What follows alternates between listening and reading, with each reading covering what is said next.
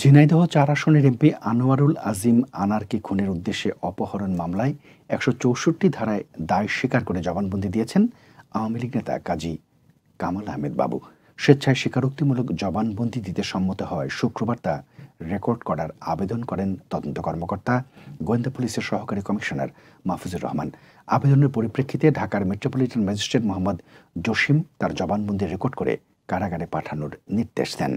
এর আগে ৬ জুন রাতে ঝিনাইদহ শহরের আদর্শপাড়া এলাকা থেকে ডিবির একটি দল জেলা আওয়ামী লীগের ত্রাণ ও সমাজ কল্যাণ সম্পাদক কাজী কামাল আহমেদ বাবু ওরফে গ্যাস বাবুকে গ্রেফতার করে।